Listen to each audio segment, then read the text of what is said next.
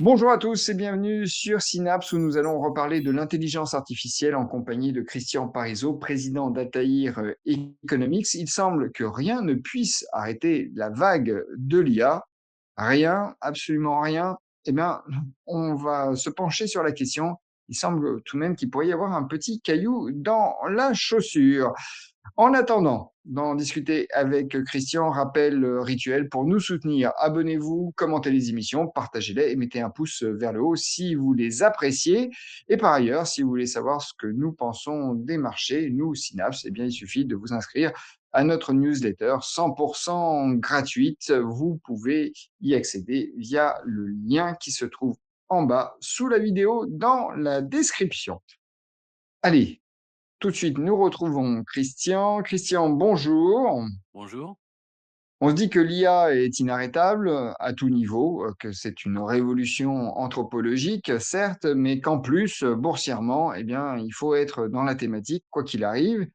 Et à la limite, on n'a qu'à se fermer les yeux pour se laisser porter. Mais, c'est peut-être un raisonnement à courte vue parce que on est en droit de se demander si l'inflation des coûts d'exécution ne va pas, alors c'est un point un peu technique, mais ne va pas finalement faire un peu dérailler la machine. Ça ne veut pas dire que l'IA est morte, pas du tout, ça ne veut pas dire qu'elle va pas être adoptée, mais que l'histoire boursière va être un peu plus compliquée que prévu. Alors, quand on parle de coûts d'exécution et de leur inflation, je laisse la parole à l'économiste que vous êtes. Oui, alors ça peut paraître étonnant, mais vous savez qu'en économie, on regarde toujours la croissance en volume, hein, mais il faut pas oublier que, en général, les entreprises, elles raisonnent en valeur et dans la valeur, il y a le coût, le prix et c'est un peu ce qu'on est en train de constater aujourd'hui. C'est-à-dire que certes, il y a des carnets de commandes qui sont très pleins sont pleins. On a envie de construire, des data centers et on voit que les carnets de commandes, pour les gens qui sont autour, hein, de la construction de ces data centers sont bien remplis, mais ça pose un problème parce qu'il y a une telle demande, il y a une telle force de l'investissement. On a vu qu'il y a eu tous les grands d'Internet qui ont investi massivement pour augmenter ses capacités de calcul et créer ces data centers, qu'aujourd'hui, il y a clairement une inflation qu'on observe. Juste pour vous donner une idée, en un an, on a le prix au pied carré, hein, pour prendre la terminologie américaine, mais on a le prix aujourd'hui du mètre carré, hein, data center, qui a flambé de 47% sur un an.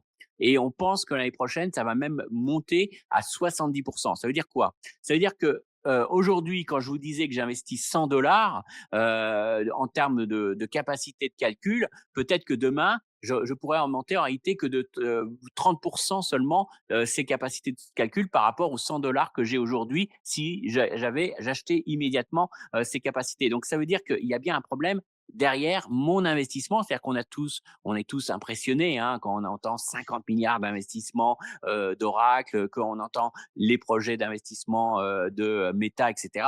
Mais il faut voir, c'est que ces projets d'investissement vont être de plus en plus difficiles à réaliser parce qu'il y a une inflation des prix et que cette hausse de ces coûts de ces data centers, eh ben, ça réduit finalement, in fine, les capacités de calcul que j'aurai lorsqu'on me livrera ce data center fini. Alors Christian, tout va très vite et peut-être que des graphiques valent mieux que des mots pour illustrer à quel point les choses vont vite. Alors, on a 2 graphiques, à vous montrer. Le premier, ce sont, les dépenses, de construction, sur, 1 an et donc en 2025, c'est depuis le début de l'année. On voit le rythme de progression. Alors je vous laisse commenter en même temps, hein, que les graphiques apparaissent à l'écran, Christian, mais le rythme de progression de ces dépenses de construction, et on parle bien des dépenses de construction là, hein, puisque ce sont des données qui viennent du secteur de la construction, Oui, ont il flambé faut bien puisque comprendre, oui. Oui, on parle bien là des dépenses de construction, hein, donc c'est du BTP, c'est véritablement des dépenses qui sont dans le dur, puisqu'on va construire les bâtiments, on va construire, on va mettre en place tout ça, on va mettre le câblage, tout ça. Donc ça, ce sont des dépenses que l'on observe, et d'ailleurs à tel point, hein, que j'ai lu des rapports aux États-Unis que l'une des raisons aussi, le fait qu'on construise pas plus de maisons aux États-Unis, bon, il y a peut-être que les taux d'intérêt sont élevés et que le pouvoir d'achat immobilier des ménages américains n'est pas si fort que ça, mais il y a aussi le fait qu'il y a une partie, hein, des employés qui servaient à construire ces maisons qui sont détournées dans la construction de ces data centers.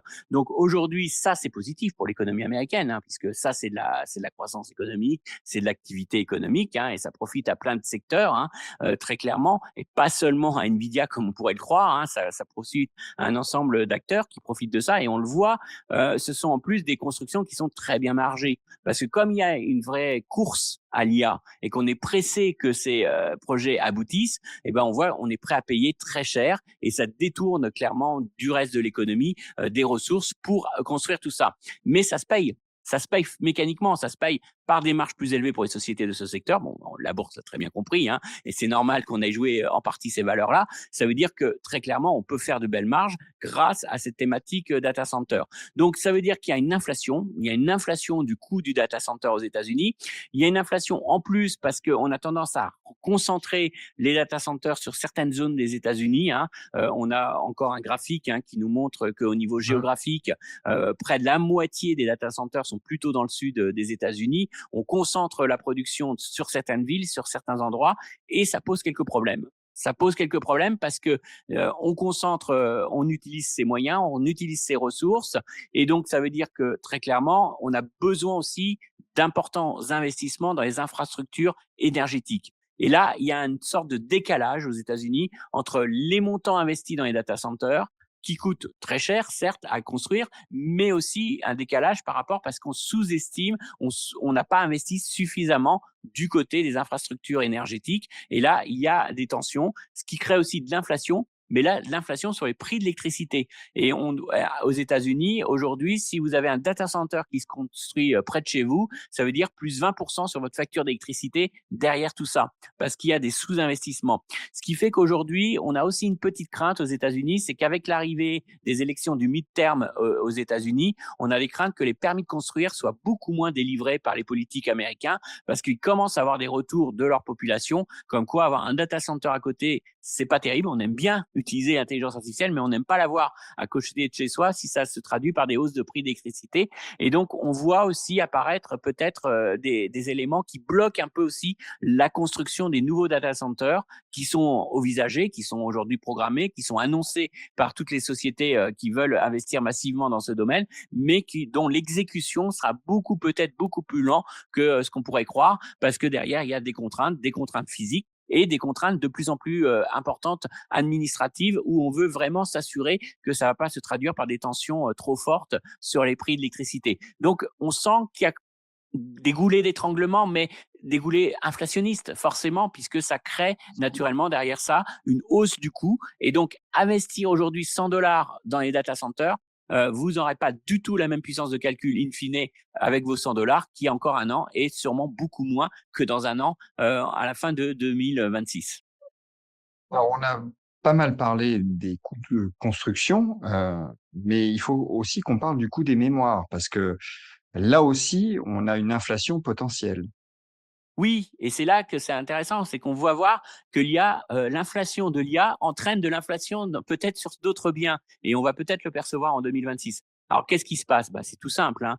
Aujourd'hui, on sait que des Nvidia, des AMD font énormément de commandes, notamment sur les mémoires. Et on a appris aussi qu'il y a un élément clé aujourd'hui pour les puces et pour l'efficacité. Il faut des puces qui calculent de manière très performante, mais qui consomment de moins en moins d'électricité. C'est un enjeu pour aujourd'hui Nvidia et compagnie d'offrir en termes de semi-conducteurs des puces qui soient particulièrement performantes en termes de consommation d'électricité. Donc ça rejoint ce que je vous ai dit précédemment, hein. On voit que l'énergie sera un élément clé, hein, dans le coût de revient de l'IA, et c'est l'élément le plus volatile et le plus dangereux. Donc plus vous abaissez finalement le coût de calcul de vos puces en termes de consommation d'énergie, mieux c'est pour ceux qui achètent vos puces. Et donc il y a une course à ça. Et donc, cette course, elle va se traduire par la recherche déjà des mémoires les plus performantes. Et a priori, Nvidia réfléchirait à utiliser des puces qui sont utilisées soit au niveau des ordinateurs, mais plutôt au niveau des smartphones, parce que les smartphones ont des mémoires qui sont assez rapides et qui consomment peu d'énergie. Ça, c'était lié à l'industrie. Et Nvidia pourrait débarquer sur ce marché Et à elle seule, hein, l'entreprise Nvidia pourrait représenter ce que consomme actuellement Apple en termes de mémoire utilisée dans les smartphones. Vous voyez le chamboulement. Et puis deuxième chose, c'est qu'on a pas mal de fondeurs aussi au niveau des États-Unis et dans le monde qui vendent des puces. Alors ça s'appelle des puces à large bande. Hein, ce sont des puces, des mémoires à large bande. Donc ce sont des mémoires dédiées à cette intelligence artificielle. Et donc, ils sont en train de s'apercevoir que leurs chaînes de production sur ce type de mémoire sont beaucoup plus rentables que de faire de la mémoire qui va dans votre PC, hein, traditionnelle. Donc, ils sont en train de transformer des chaînes de production pour se concentrer sur la mémoire destinée à l'intelligence artificielle. Ce qui fait qu'aujourd'hui, on a encore des prix qui sont très chers pour les mémoires dédiées aux puces à l'intelligence artificielle, mais que ça va tirer le prix de l'ensemble des mémoires à un moment où on parlait qu'on allait peut-être avoir des renouvellements de PC pour les entreprises, hein, parce que c'est lié notamment à la fin d'une version de Windows. On sait aussi qu'il y a peut-être un taux d'obsolescence qui va repartir parce que ça fait depuis plusieurs années que le marché du PC, on gardait de plus en plus longtemps les PC et à un moment donné, il faut bien les renouveler. Mais on risque d'avoir dans le même temps une très forte hausse des prix de ces PC, mais pas seulement, de tout composant, de tout bien électronique qui a besoin de mémoire, qui a besoin de mémoire flash, qui a besoin de ces composants. Donc l'inflation de l'IA est en train de se transmettre sur d'autres produits électroniques. Et ça pourrait être un frein sur la vente de certains produits électroniques. Il faut l'avoir en tête, 2026, ça sera l'année de la hausse des prix de pas mal de biens électroniques à cause de ces composants qui vont être aussi tirés par le haut. Donc, on voit que l'inflation derrière l'IA, hein, derrière la mise en place de l'IA, cette inflation va se répercuter sur d'autres produits. Ouais, se répercuter sur d'autres produits et évidemment, ça concerne tous les consommateurs. Mais revenons tout de même à la rentabilité des hyperscalers, puisque ce sont eux qui financent, les gros investissements qui dopent la croissance américaine. Puisque aujourd'hui, la croissance américaine, c'est, 80 à 90 au premier semestre de la croissance imputable à la thématique de l'intelligence artificielle. Donc c'est considérable. Est-ce que, donc ces hyperscalers qui vont devoir faire face à une hausse des coûts ne vont pas, là, un petit peu décevoir en matière de rentabilité? Alors on sait qu'ils sont tous assis sur des montagnes de cash. Leur rentabilité, ils vont pas faire faillite, ça c'est certain. Mais en tout cas, est-ce que la rentabilité qu'on espère qu'ils affichent ne va pas être moindre et donc est-ce qu'on risque pas d'avoir une, déception au plan boursier de ce côté-là? Oui, alors premier élément, moi je pense qu'il y a un petit élément de révision à la baisse. Encore une fois, hein, on n'est pas en train de parler de choses dramatiques qui remettent en cause leur survie économique, hein, très clairement, c'est pas le cas. Hein, mais on peut avoir des révisions à la baisse déjà de leur profitabilité pour plusieurs choses. Première chose, comptablement, les grands acteurs qui ont investi dans les data centers ont décidé comptablement pour limiter l'impact sur leur marge à court terme de ces investissements d'amortir notamment les puces Nvidia et les autres puces qui servent à l'intelligence artificielle, de les amortir sur 6 ans au lieu de 3 ans. Vous savez, ça a été un débat qui a été ouvert aux États-Unis. C'est purement comptable, mais vous vous rendez bien compte que une puce Nvidia qui va fonctionner 6 ans, est-ce que c'est tenable? Est-ce que c'est véritable? Je vous prends juste un exemple. Hein. Google, qui fait ses propres puces, qui font de ses propres puces derrière, nous a dit que la prochaine génération de ces puces aura une capacité de calcul 2 fois plus performante et consommerait 3 fois moins d'électricité. Donc, ça vous donne l'image en un an du progrès qu'on peut faire sur les puces autour de l'IA. Ça veut dire que si aujourd'hui, vous avez acheté un data center et que vous avez prévu de l'amortir sur 6 ans, si vous gardez ces puces pendant 6 ans, vous ne serez pas compétitif face au dernier entrant sur le marché qui va mettre les nouvelles puces qui consomment beaucoup moins d'énergie. Vous avez bien compris que la clé demain de la rentabilité autour de l'intelligence artificielle, c'est peut-être le modèle, c'est peut-être l'adoption par les gens, mais c'est aussi votre consommation d'énergie. Et ça veut dire que c'est complètement illusoire de croire qu'ils vont amortir sur 6 ans leur plus. À un moment donné, il va falloir faire des reprises de provision parce que le taux d'obsolescence sera beaucoup plus rapide, à mon avis, vu les progrès qu'on est en train de faire dans les puces. Donc déjà, première chose, peut-être une sous-estimation du coût de ces investissements et de l'amortissement qu'on peut faire. Donc ça peut être un élément de révision à la baisse de la profitabilité.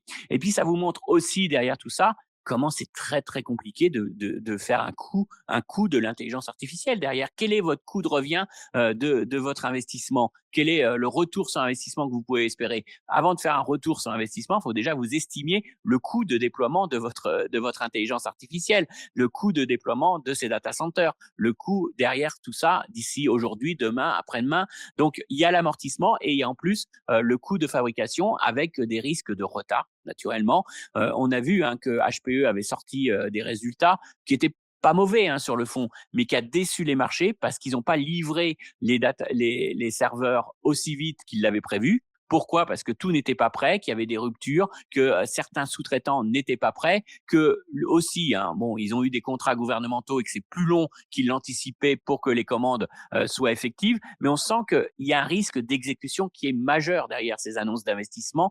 Le risque d'exécution, c'est des risques de chaîne d'approvisionnement, des coûts qui sont dépassés, et puis derrière, un prix de revient finalement de l'IA qui est beaucoup plus cher qu'anticipé. Alors, comme toujours, hein, c'est pas dire qu'il n'y aura pas d'adoption de l'IA, ça peut être un élément, je dirais, vital pour certaines sociétés, pour certaines entreprises. On voit qu'il y a des effets de gain de productivité qui peuvent être là pour certains secteurs, je ne le nie pas, hein, mais derrière, ça veut dire qu'on n'aura peut-être pas non plus le taux d'adoption aussi rapide si le prix est beaucoup plus élevé qu'on ne pensait. Ça, c'est un premier point. Il y a toujours une relation. Hein. Quand c'est cher, on en vend moins, Bien qu'on le sûr. veuille ou non. Hein. Ça marche toujours. Ça, en économie, c'est une des règles qui marche très bien.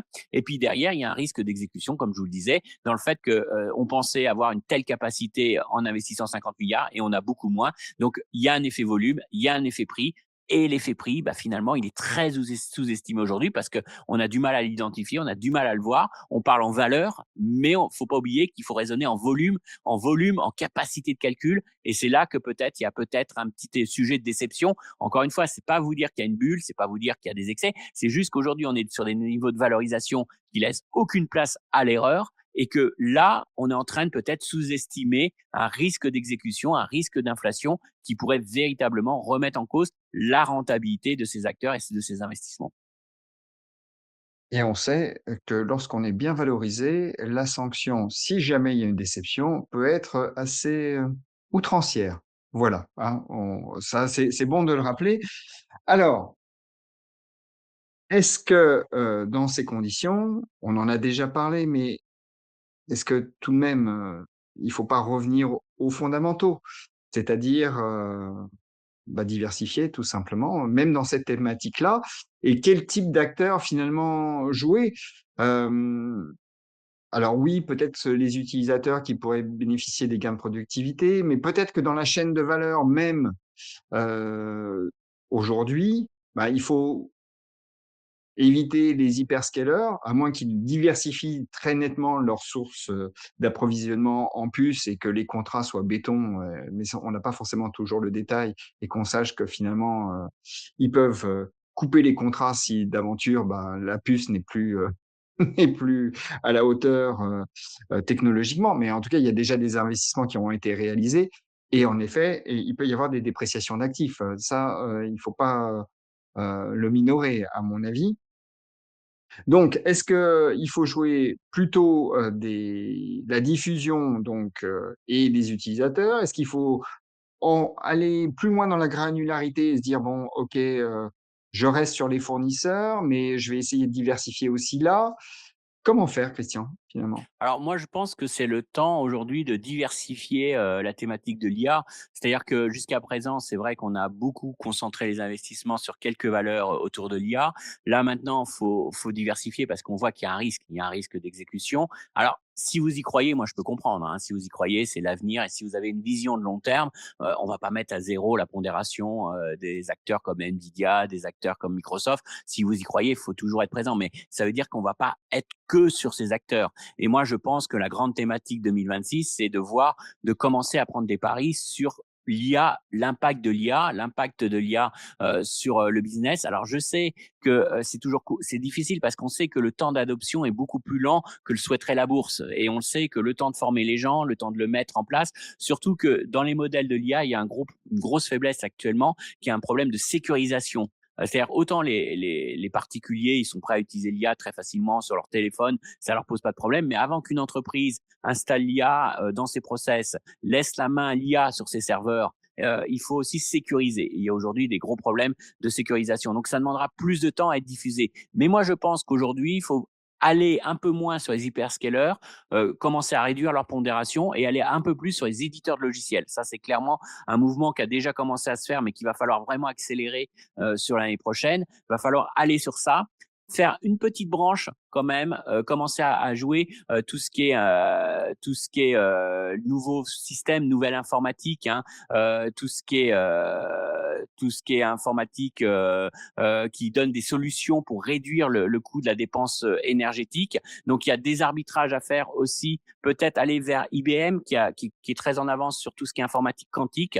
Donc peut-être commencer peut-être un petit pari quand même sur l'informatique quantique et sur quelques valeurs. Le problème, c'est que c'est des toutes petites valeurs, hein, c'est des petites valeurs. Bon, il y a des ETF qui permettent un peu de jouer cette thématique-là, mais jouer peut-être cette thématique-là, mais plus globalement, aller plutôt sur les éditeurs de logiciels et jouer les secteurs qui peuvent potentiellement le plus en profiter. Ça peut être la pharmacie, ça peut être les médias, hein, les télécoms. Ce sont ces secteurs-là qui peuvent aujourd'hui profiter de la diffusion de l'IA et donc ne plus jouer forcément ceux qui vendent les pelles, parce qu'il y a aussi un risque à ceux qui vendent les pelles, pas forcément ceux qui construisent, mais ceux qui vont utiliser l'IA, si vous y croyez vraiment, si c'est une thématique qui vous plaît, qu'il faut poursuivre, mais il faut la changer aujourd'hui et surtout diversifier et ne pas jouer, ne pas concentrer ça que sur Nvidia ou les hyperscalers, véritablement commencer à faire du stock picking sur la thématique IA, ça me devient maintenant essentiel à mon avis pour l'année 2026. Non, je vais un peu questionner votre analyse, Christian, en toute amitié. Alors, vous dites il faut peut-être davantage s'exposer aux éditeurs de logiciels, mais on a bien vu que le marché, au contraire, prenait ses distances, on l'a vu sur le marché européen notamment, avec un certain nombre d'éditeurs de logiciels en estimant, non pas que ça serait la fin des éditeurs de logiciels, mais que, l'IA allait avoir un impact négatif sur leur rentabilité.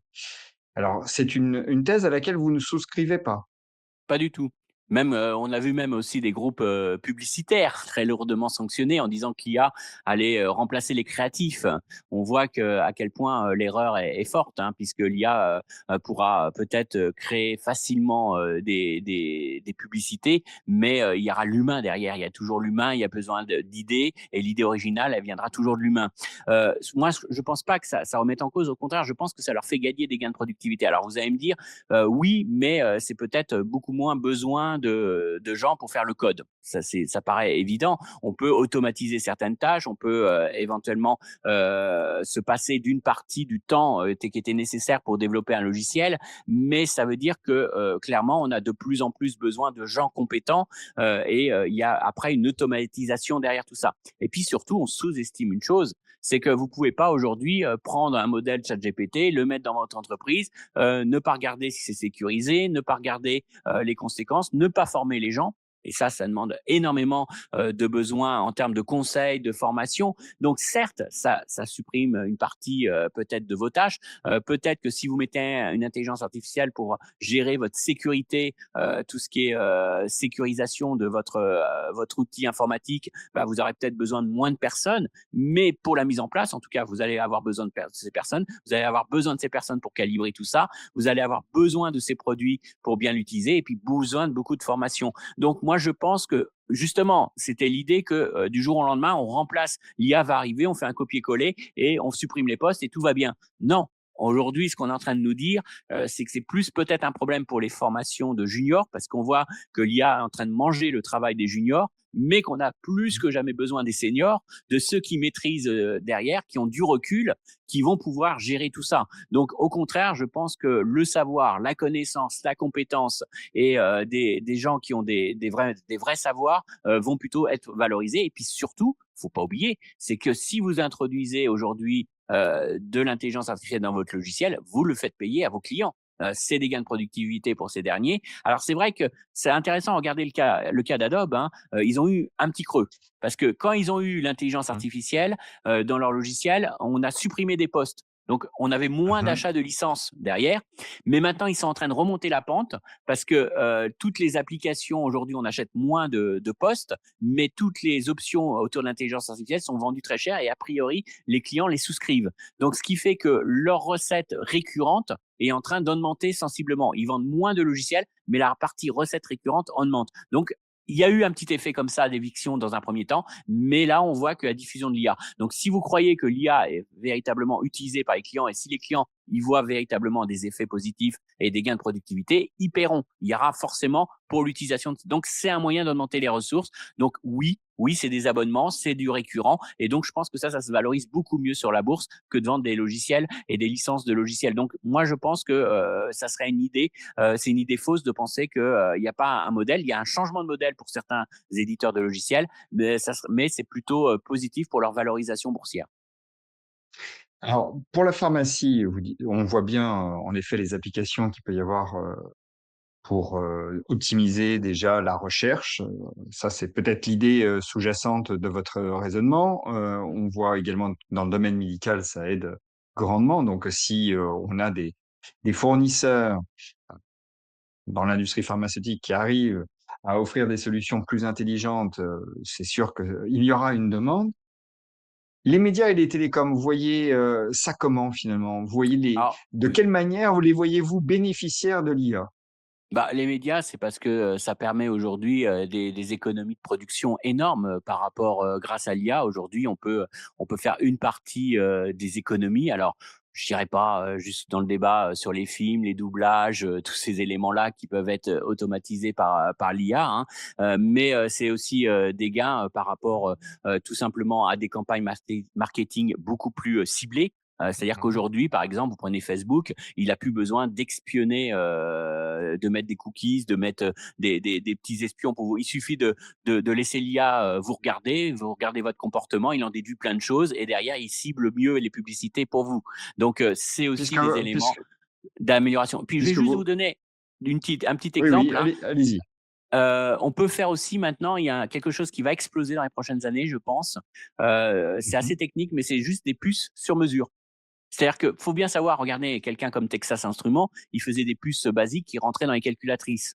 Bon, mais on faisait la même puce, vous vous doutez bien que dans la puce qui servait à faire du calcul pour votre calculatrice, on pouvait la mettre dans la voiture, on pouvait la mettre dans plein d'applications.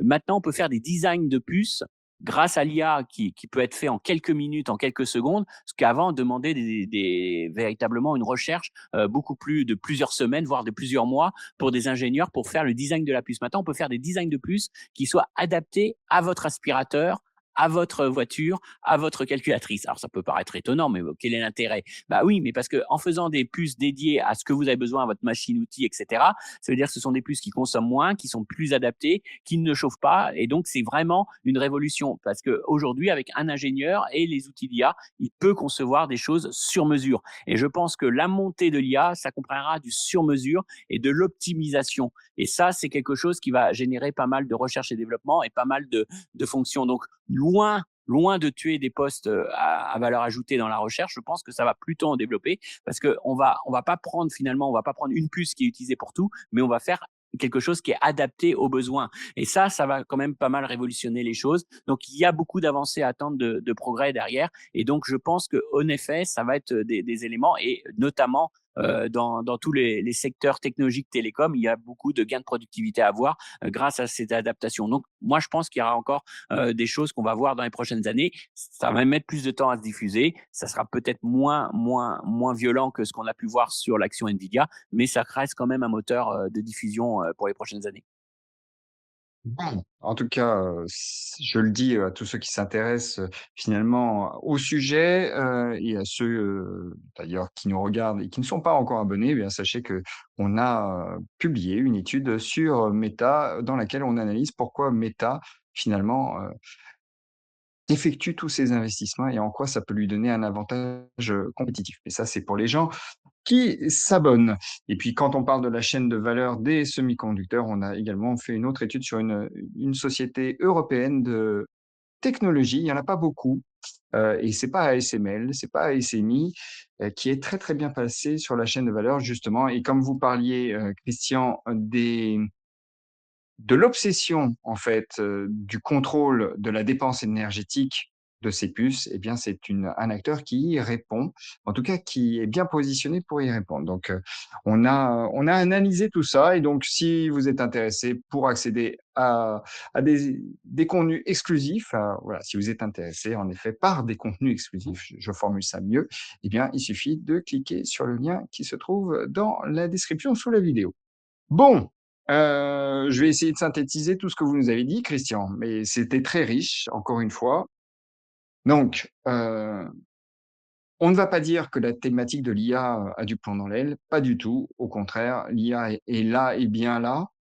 Néanmoins, il faut tout de même commencer à prêter, attention à l'inflation des coûts, d'exécution, puisqu'on a une réelle inflation. On le voit avec les data centers, on l'a illustré, par un graphique, notamment. On voit bien que les prix montent et qu'à un moment, ça va poser, question à tous ceux qui investissent, dans l'IA.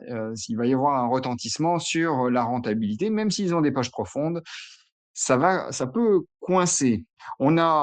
J'ai parlé des data centers, mais on sait aussi que, il y a une obsession, j'y faisais allusion à l'instant, heu, du contrôle de la dépense énergétique et il faut être, c'est une façon aussi de réduire les coûts, hein, parce qu'on sait que, l'IA est très, très, très, très, très gourmande en électricité et que ça peut constituer, et ça constitue déjà dans certains États américains, un point de friction. Je ne dis pas de blocage, mais un point de friction.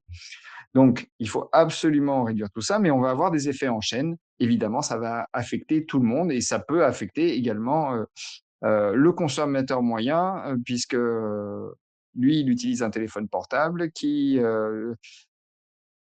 utilise des puces et donc si la chaîne de production est complètement modifiée ou se concentre sur un certain type de puce, eh bien ça peut entraîner des effets mécaniques et des effets haussiers sur certains prix. Cette partie-là est correctement résumée, Christian? Totalement, c'est ça. Bon, du côté des hyperscalers, ben, ce qu'on sait, c'est qu'ils investissent, j'allais dire comme des cochons, mais c'est pas faux. Ils investissent en tout cas massivement et qu'il peut se produire il peut survenir un petit problème, pour le dire comme ça, c'est que, tout simplement les puces qu'ils, utilisent et on l'a déjà évoqué plusieurs fois sur Synapse, eh bien, soient obsolètes plutôt, qu'elles souffrent de l'obsolescence. Puisque le progrès technologique va très, très vite, on le voit, on a eu des exemples avec les puces, de Google. Donc ça veut dire qu'une part des investissements qu'ils réalisent aujourd'hui, seront à mettre, un peu à la poubelle, en tout cas s'ils veulent rester compétitifs. Donc ça veut dire que ça va il y a un risque sur la rentabilité de ces acteurs-là. Donc il faut diversifier, réduire un peu ses positions peut-être sur les hyperscalers, c'est ce que vous dites, en tout cas ne pas se concentrer uniquement là-dessus et diversifier, le risque en allant, vers des secteurs qui seront des secteurs utilisateurs, mais qui profiteront des gains de productivité induits par l'IA. Vous avez mentionné la pharmacie, les médias, les télécoms et les logiciels, puisque vous croyez qu'au contraire, le secteur des logiciels va être un gros bénéficiaire. Mais en fait, ce que vous êtes en train de faire, c'est tout de même de dire, là, il faut plus jouer la thématique à l'aveugle, il faut la regarder valeur par valeur et son positionnement sur l'ensemble de la chaîne de valeur pour comprendre de quelle manière elle va être une gagnante ou peut-être, je vais pas dire une perdante, mais allez, si, une perdante, ça sera par commodité de langage, de l'IA. C'est correctement résumé? Oui, parfaitement.